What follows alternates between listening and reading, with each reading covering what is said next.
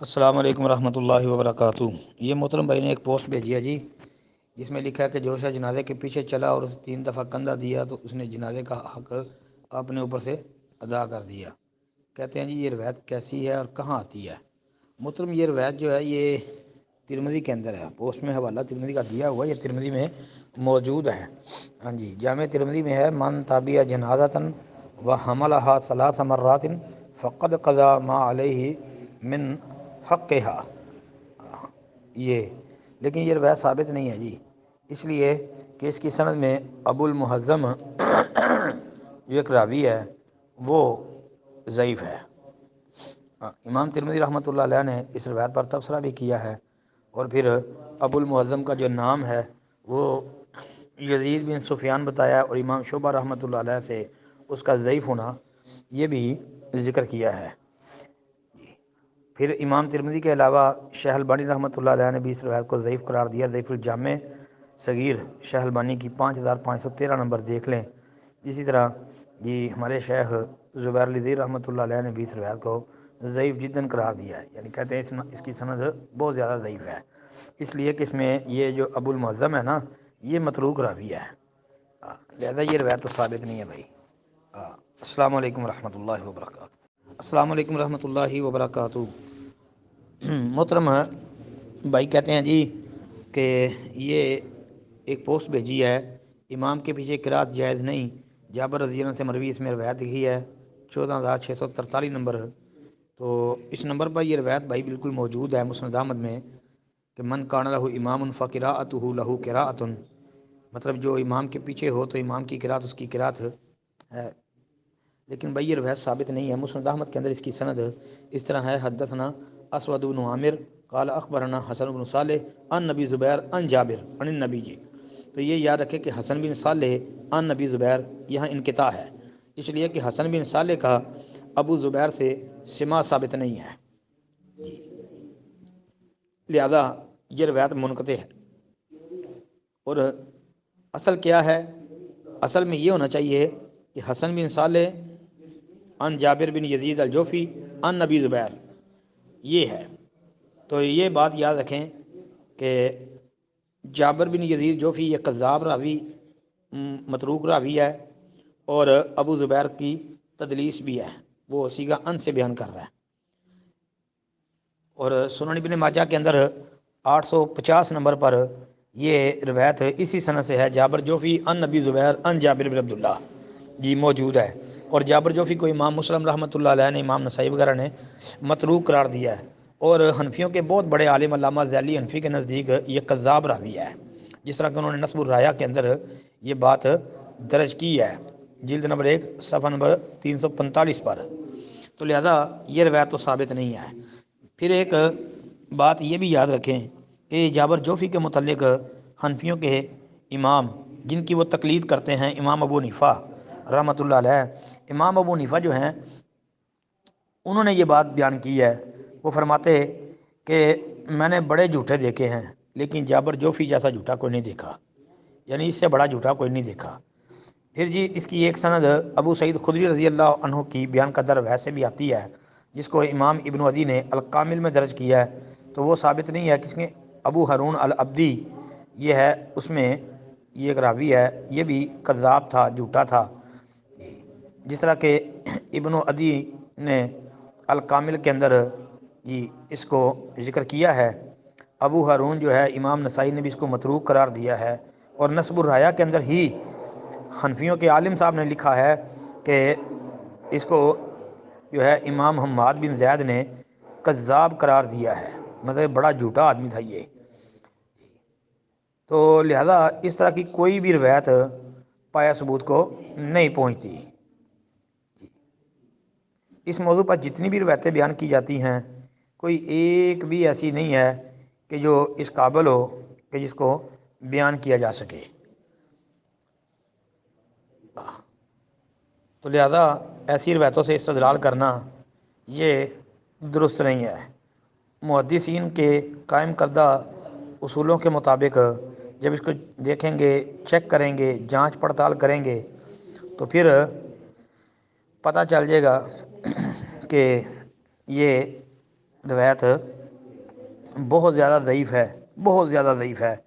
لیکن یہاں پر حنفیوں کے ہی ایک عالم جو ہیں ان کی ایک تحقیق کے اوپر حیرانگی ہوئی، یہی مسند احمد والی جو روایت ہے نا، اسی کو غالباً انہوں نے سامنے رکھ کر ابن ترکمانی حنفی جو ہیں انہوں نے ہی جو ہے اس کی سند کو وہذا سند صحیح لکھ دیا، لیکن بڑا عجیب کام کیا انہوں نے، تو لہذا یہ تو بھائی ثابت نہیں ہے۔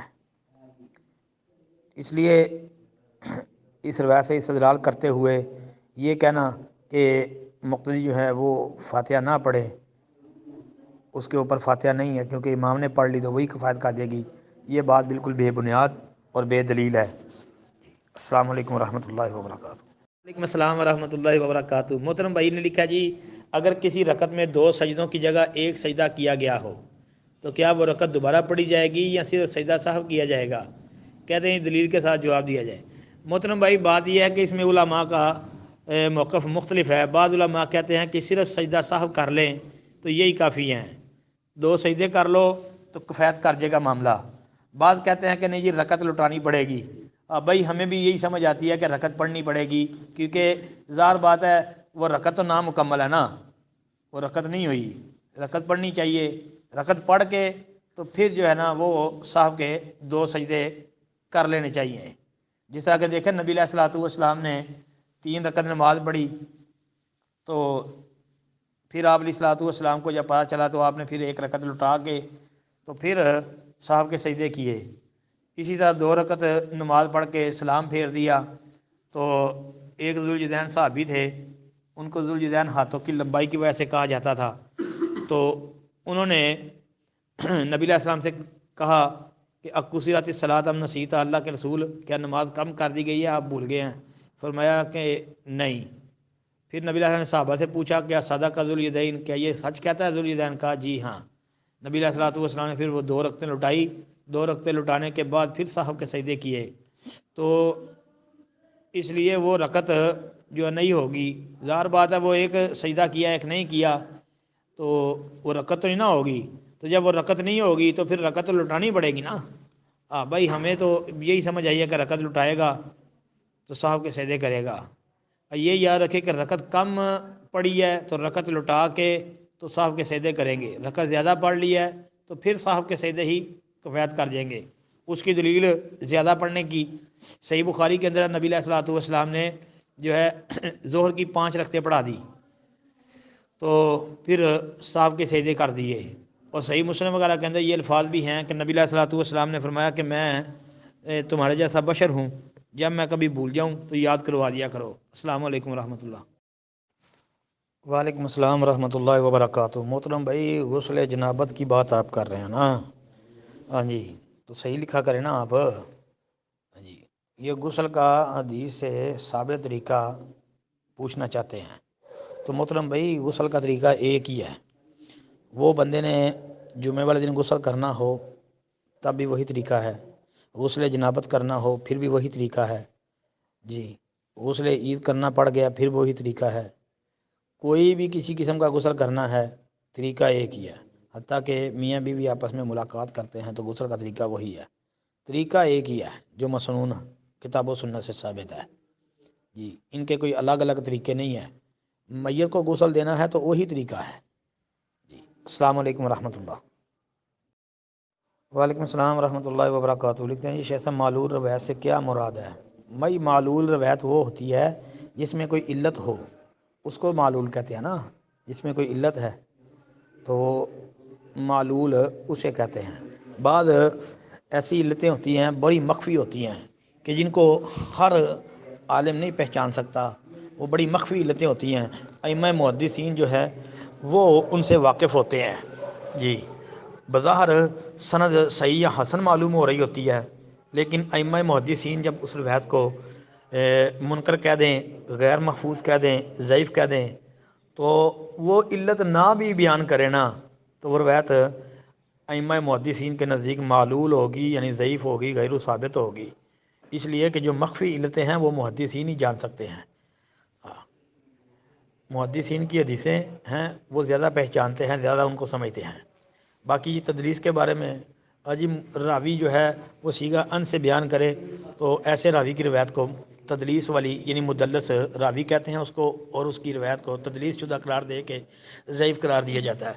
باقی تدلیس کے متعلق میرا جواب تحقیق الحدیث کے اندر موجود ہے، میں انشاءاللہ کوشش کرتا ہوں کہ اس کی ویڈیو لے کے نا تو یہاں سینڈ کر دوں گا، ہاں آج کسی وقت بھی انشاءاللہ۔ السلام علیکم ورحمۃ اللہ۔ اور اگر ویڈیو نہ مل سکی تو کوشش کروں گا کہ اس کا آڈیو بیان ہی جو ہے نا وہی بھیج دوں گا۔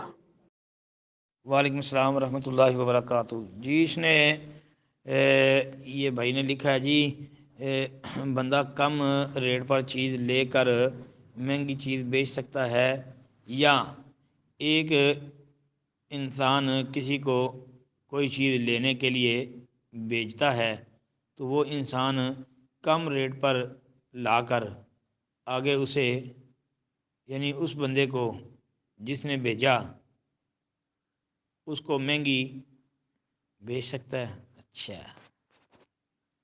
مطلب بھئی یہ یاد رکھے کہ پہلی بات تو یہ ہے کہ بندہ ایک چیز جو ہے وہ اگر 10 روپے کی خریدتا ہے تو وہ اس کو جب بیچے گا تو نفع اسے حاصل کر سکتا ہے، مثلا 15 روپے کی بیچ سکتا ہے، 18 روپے کی بیچ سکتا ہے، 20 کی بیچ سکتا ہے۔ ہاں جی اس میں تو کوئی تنگی والی بات نہیں ہے، نمبر 1۔ نمبر 2 کہ دوسری بات یہ ہے کہ کوئی بندہ اگر کسی کو کوئی سودا لینے کے لیے بیچتا ہے، کوئی چیز لینے کے لیے بیچتا ہے کہ جاؤ یہ مجھے فلاں چیز لا کر دو، تو پھر اگر وہ لے کے آتا ہے اور اس کو پتہ ہے کہ یہ فلاں نے مجھے پیسے دیے ہیں کہ مجھے لا دو، وہاں پہ 10 روپے کی ملتی ہے تو یہ بندہ آ کے اس کو کہے کہ جی 15 کی آئی ہے، تو یہ درست نہیں ہے۔